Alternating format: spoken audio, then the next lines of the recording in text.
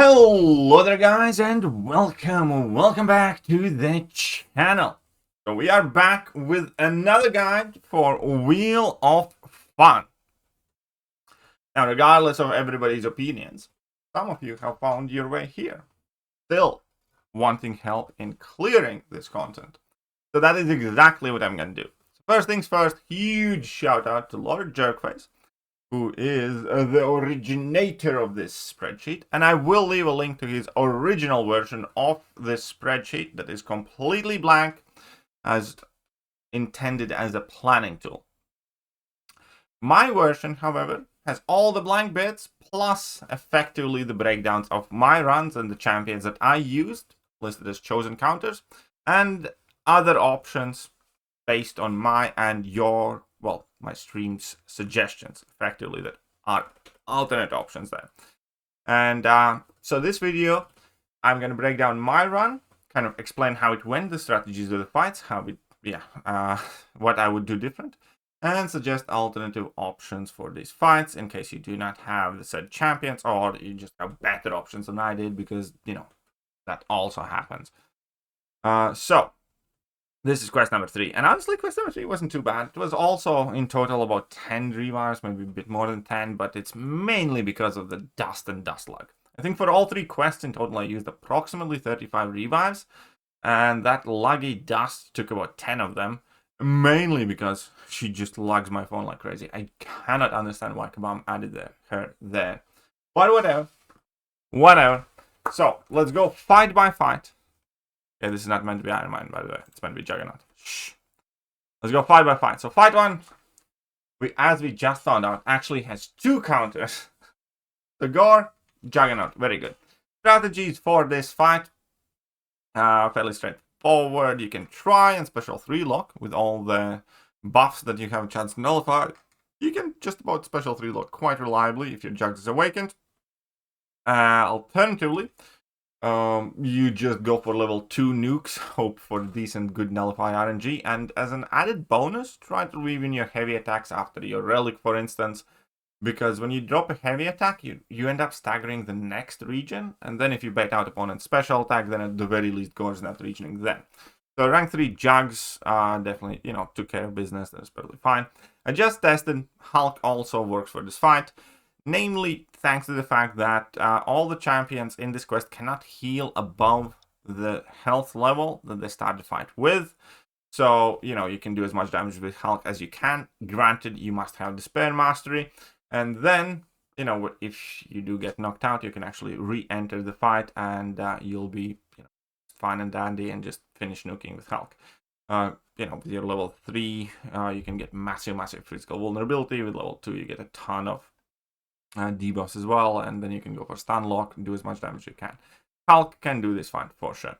So for the Dazzler fight, I used Serpent. Serpent, it was fairly straightforward, just kind of like level 1 spam. When I tried to complicate the fight, I did use a revive here. It kind of went fairly poorly. The idea is let her gain the power from the dynamo charges, because you're gaining power in the background as well, and effectively just make sure she does not reach too much power.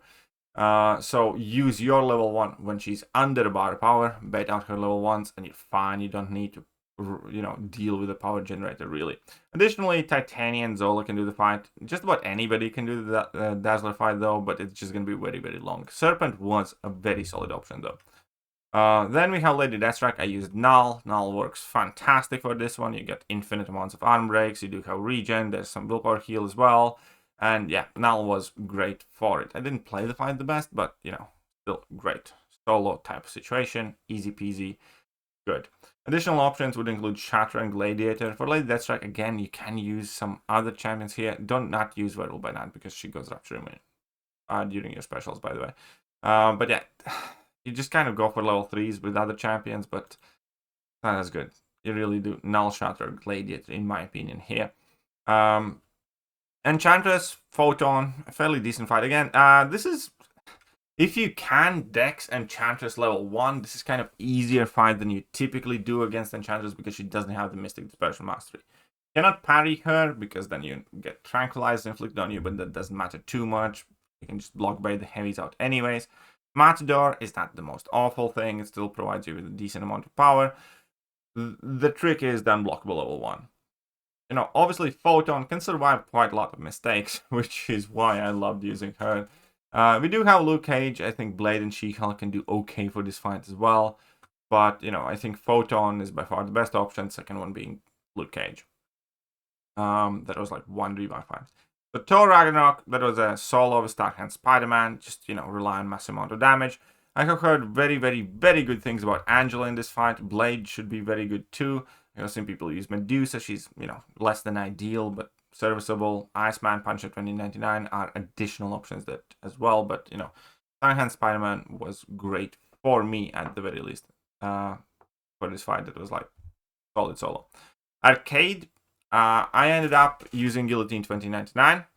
And it was basically just about never or almost never letting him use specials, and then block baiting his heavies, you know, and, you know, draining him with my level 1s. Kind of like a very slow, steady type play there. I used rank 2 Guillotine, obviously. He did chip me down to the point where my regen triggered, but, you know, the longer the fight goes, the more damage you do. So Guillotine was a solid solo. I have heard people use CMM and Crit Monkey here as well. Hit Monkey. But yeah, for me it was rank 2 Guillotine that did the job. Again, kind of like very slow and steady fight, spamming your level 1s. Do not let him use his specials. The coolest thing about Guillotine's level 1 is that she actually pushed herself out of the range where Arcade could stun you with a heavy attack. So after your level 1, you're actually safe in block baiting a heavy from Arcade, and you will not get stunned, because the way animations work out, Guillotine 2099 pushes herself just outside of that range where you would get stunned if Arcade was to charge heavy attack. So that was super useful. Against Leader, I actually used Omega Red. That's right, people. I got a significant amount of value out of Omega Red in 2025. It was a solo. Omega Red was brilliant. I got my 30 spores. I maintained them for a very long time. I was spamming my level 2s. I finished with 100% health. Omega Red was perfect for this. Now, again, obviously, not everybody has Omega Red, and, you know, let's face it, it's Omega Red. Hardly anybody would rank him these days. So, Sentinel is popular consensus choice. Sentinel is a very good option here. Red Skull can do this fight too. Domino as well. Those are kind of like the more popular options. Sentinel, Red Skull, Domino. I think very solid. Against Bullseye, I actually did end up ranking up Gentle kind of for this fight, because I just pulled him. I would have rank 3'd him soon enough anyways, but I did rank up my Gentle, brought him in, was a fairly easy solo. Obviously, we have Bastion, that is amazing here as well, because he does also have the Enderweight and, you know, his robotics mechanics. Okoye absolutely destroys this fight if you have one. And if you do, then I don't want to talk to you, but whatever. And Jean Grey is not great, but it's kind of a serviceable option. Next up, Human Dodge. I used Luke Cage. What's the key there? I don't know, I just kind of hit him a lot. The key is do not let him go debuff immune. So you do want to knock him down, you know, after you gain bar power. And that's about it. All damage type that you do is converted into physical damage due to the node, and then when you knock him down with a heavy attack, it's converted to energy damage. But since Luke Cage also has a single hit heavy attack, you effectively only give him single smolder. But the way you do want to play this out within the fight itself is you want to leave your heavy charge protection as the last one. Wait until he has 2 protections active, and then heavy him twice in quick succession. And then you kind of extend the fight and slow down the amount of smolders he gains, and you can, you know, fight longer. Additionally, Deadpool X-Force is very good for this fight. So is Superior Iron Man. Again, you can use Superior Iron Man because all your damage gets changed into physical damage. Then you have Rocket and Joe Fixit that are serviceable options, but I do think that Deadpool X-Force, Superior Iron Man, and Luke Cage are by far the better ones.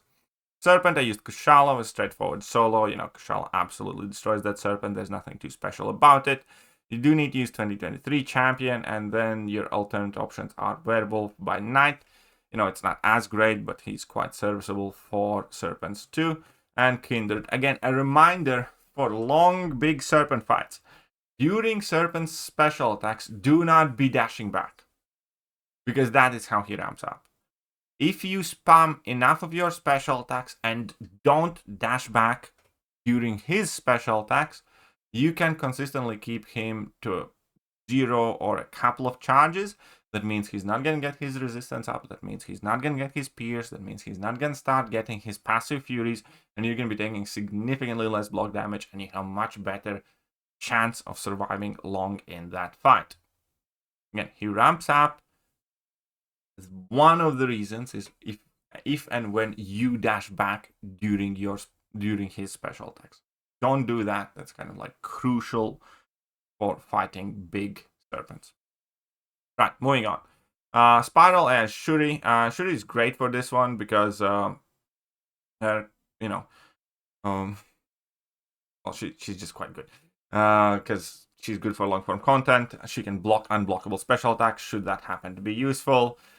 She can land her heavy attack quite easily if that is needed there as well. But generally just the way she plays.